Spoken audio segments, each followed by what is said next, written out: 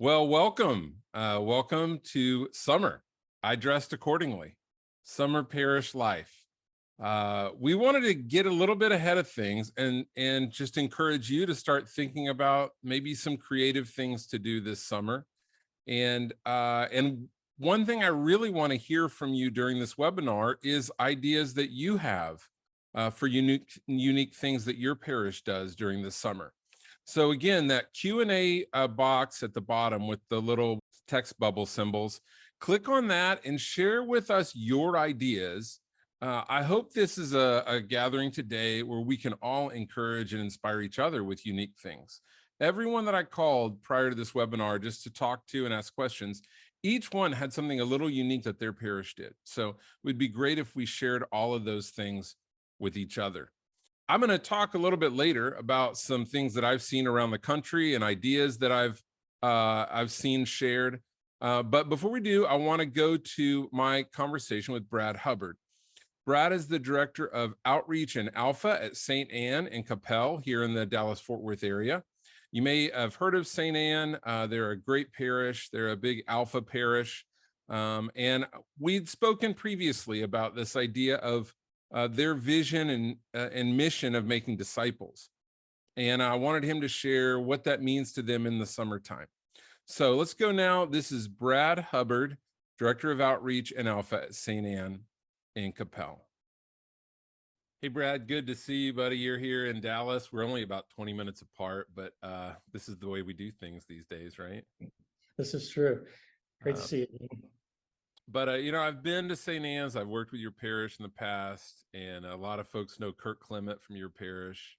And one thing I know is that no matter what time of year it is, that you never take the foot off the gas when it comes to making disciples. It may look different at different seasons of the year, different times of the year, but that's always the lens that you're looking through. That's always your mission and your focus. First, tell us your mission statement, and then tell us why it's important to you to find creative ways to connect with parishioners in the summer. So our mission statement is to bring people to Jesus, form disciples, and send them to transform the world. So bring, form, send. And so at St. Anne, we don't believe that summertime is a time that we're just going to take 3 months off and just forget our vision, forget our mission statement. So it's important for us to continue to engage during this time. It looks a little different than when we are in our normal fall or spring programming, but we still want to remain active with people both that are our parishioners already and those who may be seeking to find out more about what we have to offer here. And so do you find that things look a little different in the summer? Like what if there was kind of a theme in the shift of the summertime, what would that theme be? I would say a little less programming, a little more engagement and fun and just casual getting together, not as strict a programming as we have, and not as many things that we would offer, but enough to where people can continue to remain engaged and find something to plug into here at the parish. Yeah, I think that's important to point out, because I think in a previous conversation you mentioned to me this idea that people become new to a community at all times of the year. A lot of people move in the summer so they can get their kids ready to get into a new school. And if we're not doing much to connect with them during that time, they might find a parish that is. So what are some things you do during the summer unique to help connect with people or give people opportunities to connect? So first of all, just want to mention that we do run Alpha, so it's a program for initial engagement. We'll continue that for the summer, and we'll pair a few less offerings than we would offer during the normal time of year, but we still continue with that.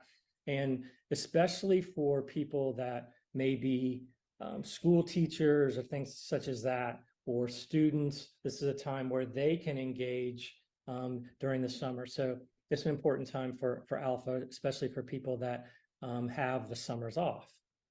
We'll do things that are a little bit more casual, such as we have a fantastic courtyard at St. Anne. And so we take advantage of that by doing a thing we call Fridays by the Fountain.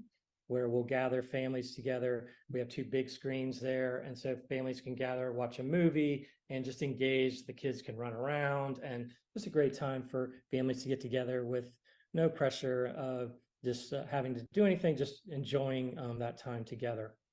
We'll also do mission work. So we have mission work for both our youth. We'll go down to Laredo, Texas, which is near the Mexican border. And then we have adult mission trip, which travels to Peru during the summer. Also, we get together with our youth for what's called Wednesdays at the park, where they just go and get together at a local park and get a chance to engage, have fun, play games, and just continue to build on friendships that have been formed through the school year, continue to build on those and just anticipate programming and things that are going to be coming up as we begin in the fall. And then, much like a lot of other churches, we have a fantastic carnival here, which is after Labor Day for us. And then from that, we engage in a lot of our programming moving into fall. But that's something late summer that we do as well.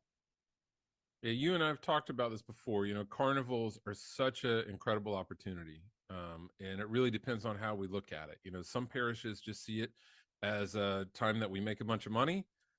We get some booths and some beer trucks and live music, and the pagans come and donate a lot of money to our parish, basically. But a different way we could look at that is, here's a time that people step foot on our property that would never step foot on our property for any reason whatsoever. How are we going to use that opportunity to connect with them and really let them see a little bit more of who we are? Because if we have a mission, just as you have a mission to form and send out disciples to transform the world, our carnival should reflect that mission, right? Everything that we do. So what are some things that you do with your carnival to help, be a little more of a light to the people that come in and introduce them to your parish? Yeah, I think we were asking these very same questions. And so we started to think, what are some ways that we can be more engaging for people that are just on our campus for the first time? One of a great idea that we've been doing for the past few years is a prayer tent. So anybody that is coming in, they can come for prayer, and there are people manning that the entire time. And we take prayer requests and we will pray for them if they don't want to be prayed for right then, or we will actually pray with them right then if they have intentions that they would love to be prayed for at that moment. We also intentionally begin a lot of our outreach programs after the carnival. So we'll have different things just to, so like for Alpha, we'll have little cards, and a lot of the volunteers wear the Alpha t-shirts, and just engage with people to invite them to an easy on-ramp for the parish. We also have a great program called Welcome Plus, which is that we meet monthly. It's an opportunity for new parishioners or people that are curious about St. Anne to meet our pastor and meet key leaders. So that's something that we'll also push people towards as we begin in September. Yeah, I love those ideas. I mean, a prayer tent is so unthreatening. And everybody has something that they could use prayer for. And I firmly believe that nobody should ever visit a church without an opportunity to receive prayer. It's the one thing that we have that we can give that's free, that they're not going to experience anywhere else, right? And I can just see someone coming, maybe they just received a health diagnosis, or their parent or their child is struggling, and they don't have anybody that prays with them or for them, and they see this in a place they didn't expect it.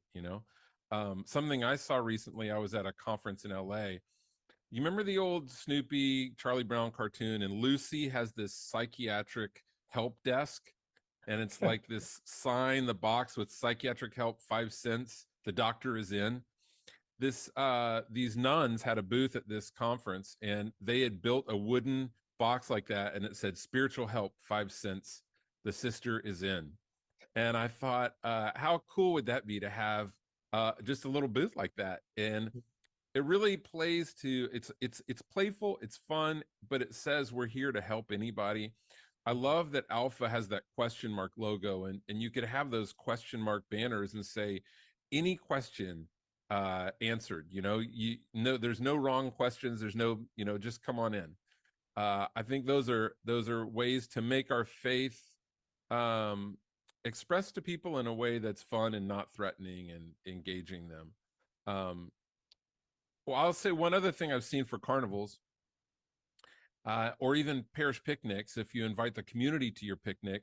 But if you have inflatables and you have a kids area and you do all this stuff for kids, which doesn't cost a lot to rent these days, right? And that'll really get people to come out. Well, before they go into that area, guess what? Their parents need to sign a release waiver. And on that release waiver, their parents write their name, their phone number, and their email address. Well, guess what? You just got data to connect with young families all throughout your neighborhood, right? And it's a small price for them to pay to do something free and fun with their kids. So think about those ideas. You also do some adoration nights. Tell us about that. That's something that we just gather as a church in the main church to just adore and praise and worship. We don't do quite as many during the summer. We tone it down a little bit, but we still like to engage in that way and just have our community gather and adore and praise and worship. So just another great way in both English and Spanish to be able to do that. Now, I know community groups are really important at St. Anne's. How does that shift during the summer? And is there a difference between a community group or a small Christian community and a small group in your terminology at the parish? So community groups are something that remain active during the summer. Some will change the cadence a little bit, maybe meet a few less times than they would during the normal year, but they continue to meet and continue to have that fellowship time and a time to gather together as a small community. And so for us, the groups, it really varies depending on the needs of the particular people that are in the group. And so I'd say our definition is kind of multiple, to be quite honest. And so depending on whether it's young families, young marrieds, or if it's a widow's support group, or if it's another type of demographic, it really varies as far as what we offer and how we support them. Our main goals are that they gather together in prayer, gather together in fellowship, gather together with some kind of teaching or some kind of process by which we help give them opportunities to continue to grow. So you're saying it can be kind of seasonal. For one season, they may do a small group study together where they watch videos or go through a book and discuss scripture. And for another season, they may just get together more just relationally and recreationally. Correct. And oftentimes, as we've already talked about, summertime is a great time for them to do mission. And so they'll oftentimes find something local that they can do together and serve the local community. That's great. I'm glad you mentioned that because I was a part of a small group that we served with a homeless mission here in Dallas. And then we went out to lunch afterwards, and it was just, we talked about the experience, and it was such a different and really enriching thing for us to do together as a group. Yeah, and I think summer gives opportunities to do that you don't necessarily have during the school year or during the busier time of the year. So it's a great time to do things like that. Now, I know community groups are really important at St. Anne's. How does that shift during the summer? And is there a difference between a community group or a small Christian community and a small group in your terminology at the parish? So community groups are something that remain active during the summer. Some will change the cadence a little bit, maybe meet a few less times than they would during the normal year, but they continue to meet and continue to have that fellowship time and a time to gather together as a small community. And so for us, the groups, it really varies depending on the needs of the particular people that are in the group. And so I'd say our definition is kind of multiple, to be quite honest. And so depending on whether it's young families, young marrieds, or if it's a widow's support group, or if it's another type of demographic, it really varies as far as what we offer and how we support them. our main goals are that they gather together in prayer, gather together in fellowship, gather together with some kind of teaching or some kind of um, process by which we help give them opportunities to continue to grow. So you're saying it can be kind of seasonal. For one season, they may do a small group study together where they watch videos or go through a book and discuss scripture. And for another season, they may just get together more just relationally and recreationally.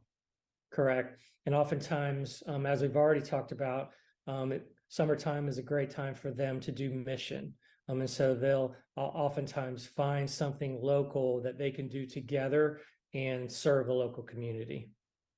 That's great. I'm glad you mentioned that because I was a part of a small group that we served with a homeless mission here in Dallas. And then we went out to lunch afterwards, and it was just, we talked about the experience, and it was such a different and really enriching thing for us to do together as a group. Yeah, and I think summer gives opportunities to do that you don't necessarily have during the school year or during the busier time of the year. So it's a great time to do things like that.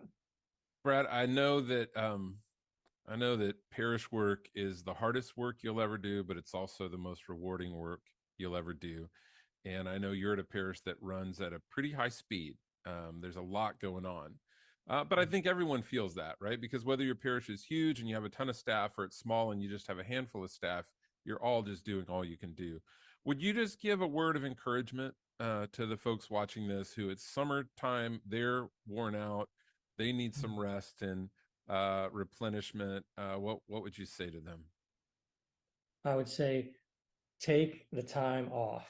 And for me, I love taking the time in the summer to head to the beach with my wife or vacation with our family and just get away and unplug so that I can be reset. And so when I do come back, that I have something to give. And so I think it's just so important as leaders to get away, to really unplug, and with that be operating out of an abundance versus a deficit. And so I would say just take that time. We've earned it as leaders, and just really take that time to invest in yourself, invest in your relationships that are close to you. Such a good word, so important. You know, in having this webinar, we're not trying to tell people don't ever take a break. We're just saying, in the midst of rejuvenating ourselves during the summer, how can we still provide some opportunities for parishioners where they don't feel like they're kind of abandoned for 3 months, but they know they've still got some connection points there. Brad, thank you again for your time today. I love all the great things you guys are doing out there at St. Anne's, and I hope to visit you sometime soon. Thanks. Great. Thank you, John. Always a pleasure. Great stuff from Brad Hubbard. And if you want to reach out to him, especially around this area of Alpha, they are some of the best. A lot of the Alpha conferences here in US for Catholics are held at their parish. So he is at St. Anne Capel at stanneparish.org. And Joe, maybe you can look up his email address and just drop it there in the chat window. So the way I met Brad is that they had me come out to do what we call a weekend experience assessment. And this is where I come to your parish and I evaluate everything from web search to worship, from the parking lot to the pews. What would it be? What would the experience be for someone who's new to town, totally unfamiliar with your parish? What is their experience in coming and worshiping at your parish? And so I sit down with you afterwards. We do go through a full presentation of all the different aspects and what I experienced and ideas that I have. That's part of our on-site workshops. And so other on-site workshops that we do are hospitality, extraordinary hospitality, growing volunteers, and staff health and harmony. I see that Ree Taylor is joining us today from Costa Mesa, California. She's the parish director. She's just watching the webinar like you, but I was with them just a few weeks ago for a staff health and harmony workshop, and we just had a fantastic day together. We left with the energy feeling like unified and positive, and it was a great time. Also want to give a shout out to Father Mike Ward, who's joining us from Scotch Plains, right down the road from Renew. He's at Immaculate Heart of Mary. He's the pastor there. And Father Mike, we've emailed back and forth a few times, but I just wanted to say hello and thank you for joining us today. We do have a diocesan-based learning community coming up in the Paterson, New Jersey area. June 12th through 14th is the first meeting of that at St. Paul Inside the Walls. So if you're in New Jersey, if you're in that area and you'd like to take part, please let us know. Just email me directly, john@parishcatalyst.org, or you can learn more about it through our website. And then lastly, I just want to remind you about our webinar library. I think this is our 50th webinar. There should probably be some kind of party. If it's not the 50th, it's probably the 49th. So I'll go check that out. But last webinar, it was on staff discipleship and development. And we're going to do a workshop on that on the 25th. And so Joe's going to put a link in there in the chat window where you can sign up for that. It's not going to be a webinar. It's going to be a live meeting where everyone can be seen. And we're going to take your questions on staff discipleship and development. And I also want to hear some of your best practices on what you're doing for staff discipleship and development. So if you want to go deeper into that topic of staff discipleship, join us on the 25th. It'll be live. It'll be interactive. And I think it'll be, if that's something you want to grow in, I think it'll be useful for you. So I want to get back to this topic of summer parish life. And I want to speak specifically to the area of small groups or community groups, as Brad had mentioned. I want to share some ideas that you can use to help them keep going throughout the summer, and maybe a different structure or a different focus. One thing that you can do is create a menu of ideas for them. They can choose whatever they want to do, but this is just ideas that you're sharing with them to stay connected throughout the summer. They don't have to meet every week. It could be every other week. Let them decide that. But also encourage them to come up with some ideas on their own. But I'm going to share some ideas here with you that you are free to steal and use and share as if they are your very own. The first one was just mentioned, and that is outreach opportunities. Families serving together is such a great thing. Young adults serving together, youth serving together. In our Q&A, someone mentioned that they're doing outreaches, and I'll get to those Q&A suggestions later. But please feel free to continue sharing your ideas with us in the Q&A, and I'll hit them at the end of the webinar. But outreach opportunities could be like what I mentioned, serving at a homeless shelter or a soup kitchen, visiting a nursing home. This is such an easy thing to do that is so meaningful to people who that may be their only visitor. And if you have people that have any music skills at all, they could come and do a sing-along time. But even just going and visiting, it can have such a profound impact for the people there. But I promise you, it will also have an impact on your parishioners. Serving at a food pantry, or even doing a food drive. And lastly, serving your city. Reach out to your city hall. Ask them who's in charge of volunteer opportunities, and talk to your city about what help they could use this summer. Such a great thing for the church to come to the city and say, how can we serve you? So one thing that I was a part of, we went to our city, and they actually have a volunteer liaison who helps connect volunteer groups with homeowners who are being cited for either their home falling apart or their yard is not being well kept or maintained, and they're getting cited, they're getting fined. They will coordinate for you to come and help that family paint their house, clean their yard. A lot of times these are people that are homebound or they've been disabled. When we went, we had a gentleman who had become disabled. His house all around, the trim and everything was just looking horrible. And we painted, the city supplied the paints, the supplies, and someone to help coordinate it. All we had to do was show up. And you want to know the greatest thing? When we were done, he said, "Where are you people from?" And we told him, and guess who showed up to church on Sunday?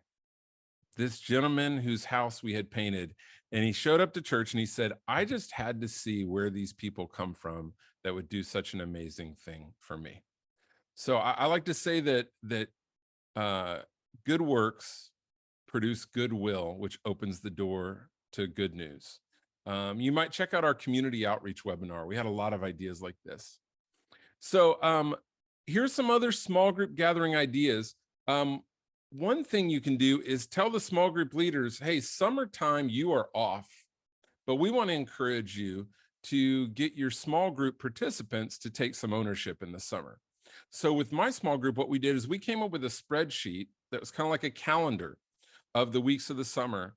And we open it up for different people in the small group to sponsor a week and come up with a social idea. And it was great. People enjoyed hosting for a week. And but it could be anything, and it doesn't require any investment from the person hosting. So we did a pub trivia night. We went to axe throwing one night. You could go to a baseball game, especially when they have dollar hot dog night. You could just do a bring your own dinner game night where somebody just opens up their home or their yard and everyone brings their own dinner. Or you could do a movie night where you put up a screen in the backyard or something like that. So think about, cookouts, lawn games, ways that the leaders can take a break, but the people are still encouraged to connect in community because a lot of people are looking for things to do with their family on summer nights. That's another thing is just take advantage of the weather. This is a chance to do things outdoors, and people are looking for things to do with their kids and their families sometimes. So a few, if you want to do more, offer traditional small groups during the summer, which I know some parishes do. A parish we work with, St. Robert Bellarmine, had a great small groups program last summer. But maybe you just let them pick what they want to do. So I want to share with you a few Renew small group studies that might be interesting. Two are from Ron Rolheiser, Father Ron Rolheiser, who I love, his books, Holy Longing and Sacred Fire. And these are Living in the Sacred Fire. And then Longing for the Holy is a small group study around holy longing. Book studies, maybe someone in the suggestions mentioned a summer book club. But here are a couple others we have. Balancing Faith and Work is one that's from the insights of Chris Lowney. And then Dignity and the Death Penalty. Social justice is big especially with millennials. This is from the inspirations of Sister Helen Prejean. And then lastly, Creation at the Crossroads. We have Earth Day coming up, April 20th. Creation at the Crossroads is a small group study we have based on Laudato Si, Pope Francis's writings on creation and ecology. So check those out. Oh, one last idea. We do have Theology on Tap.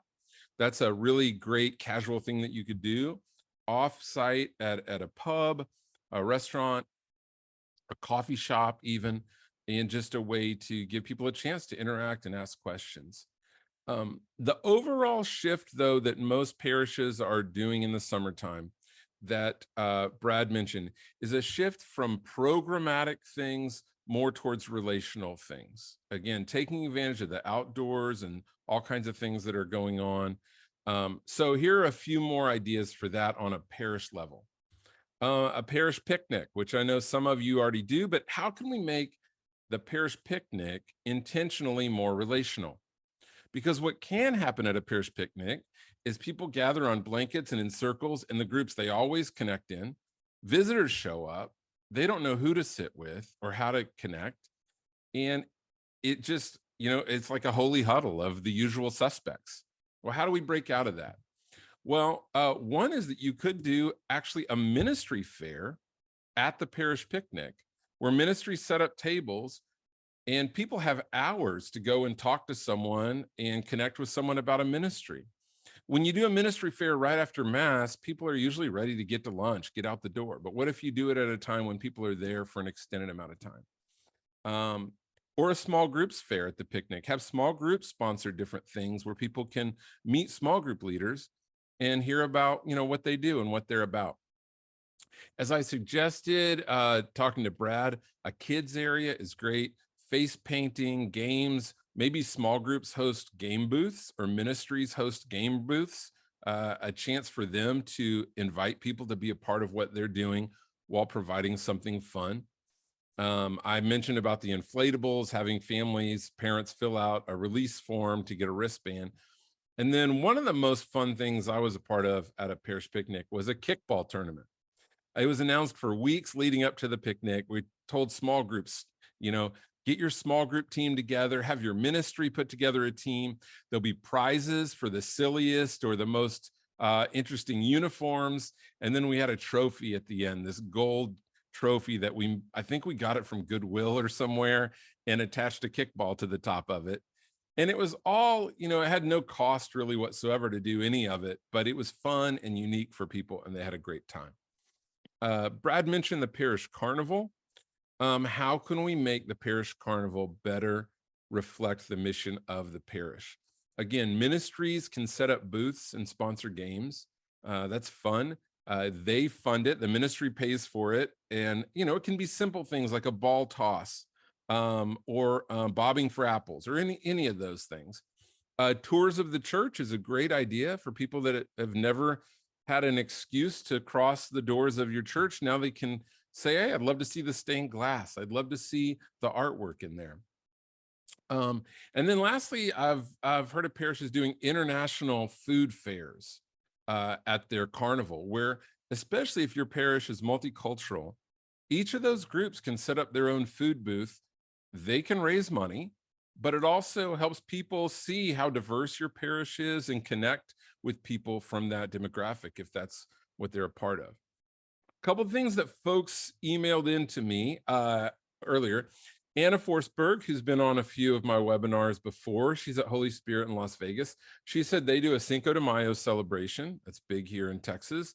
They do a baseball ballpark night, and then they do a water park day. Those kinds of events, you may just have to call and ask them what the group rate is and just have one person be willing to show up and kind of make sure everybody gets the group rate, and parishioners kind of do it on their own from that point on. Marianne Russell's at St. Bridget in San Diego. She's also been on my webinars before. Their Deacon Chris, does something in the summers that he calls School of Prayer. It's one night a week in the summertime, and it's whatever topic he wants to cover. And people that are just hungry to grow more spiritually and maybe in unique opportunities to ask questions, delve into topics that are a little deeper in nature. That's a really neat idea. I love that. And then Marianne is leading a group on Ignatian spirituality. That's a passion of hers. It's something that she loves. And so for her, it's actually energizing as a staff member to get to go and do something like this with people, specifically on a topic that's meaningful to her. So I want to now go to your suggestions, go to your Q&As, and please keep adding them. Let's see here. Tammy had a couple suggestions. One is that they're doing a family parish beautification day where families come and work on the parish grounds together. They get to know each other and they have a appreciation barbecue at the end. So you get to save some money on landscaping and on repairs. Families get to serve together and contribute to the parish. And then you thank them with a barbecue. Love that. Let's see here. Let me look at a few of these. Gina Marie said that they do a parish day with local websites, work sites throughout the community, kind of what I was suggesting. But on one day, they set up multiple work sites throughout the community, and people just show up at the parish and they get assigned to where they're going to go serve. And again, you're just creating a great relationship with the community whenever you're serving like that. They've also done book clubs, retreats, and they do a breakfast club. Laura Rivera said they do a middle school intensive summer program for those busy families that are busy during the school year, and they do more of a middle school intensive faith formation in the summer. They also do a parents' night out, a kids' night out, and a back to school bash. I love back to school bashes. You could also do, towards the end of the summer, do a backpack collection or a school supplies collection for people that are less fortunate. That's a great way to get kids involved in giving back and helping other kids. Um, let's see. Deacon Dennis said that they participate in their local polka days, which is their city polka days. The parish participates in it with a food sale and a tent. They do a polka mass. I need to go to a polka mass. I've got to check that out. And they do that at the church and at the polka grounds. They also do a family movie night outside with community groups.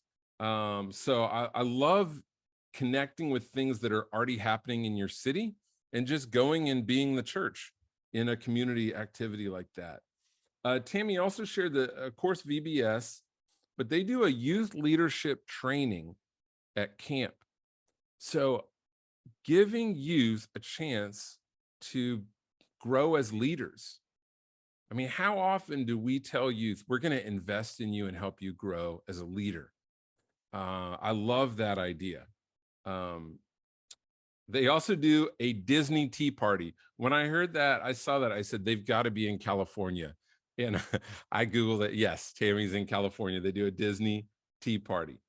So let me see what else we've got here. Laura says that they last year, one family project for young families was to read a book together and have them look at the characters and see what gifts of the Holy Spirit were in each character. Great. And Gina Marie said they've also done the youth leadership training on a boat for the day. That sounds awesome. I wonder if you're in Minnesota or on the coast. But yeah, creative ways to get kids involved and get them out on a boat. That sounds awesome. Well, I would love to continue to learn from what you are doing. One part of Parish Catalyst is just us learning from the great work that you are doing around the country and sharing that with others. So I hope that you will email me, john@parishcatalyst.org, any other ideas for things that you're doing or any other questions that you have. Most of all, I just want to encourage you to do two things. One is what Brad suggested, and that is that encourage your staff and especially your key volunteers to be replenished during this time. We're not saying everybody needs to keep going at the same pace they always have, but also maybe inviting some people to take some leadership that don't normally take leadership. Like with those small group ideas, inviting the participants in the small group to take a week that they lead so that the small group leaders can rest. But lastly, just, I believe relationships are the key to parishioner engagement. When you talk to people who've been involved in parish life for a while, you usually hear two things. One, someone personally invited them, and that's how they got involved in things. And two, the relationships that they've built there are what keep them there. So whether that be sacramental prep, and we're wondering, why don't people come back after the sacraments?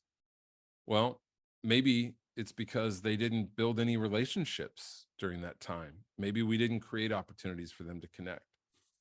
And the difference that I've seen between parishes that did well during COVID and parishes that did not is that parishes that did well during COVID continued in creative ways to give parishioners ways to feel connected in relationship and in their faith.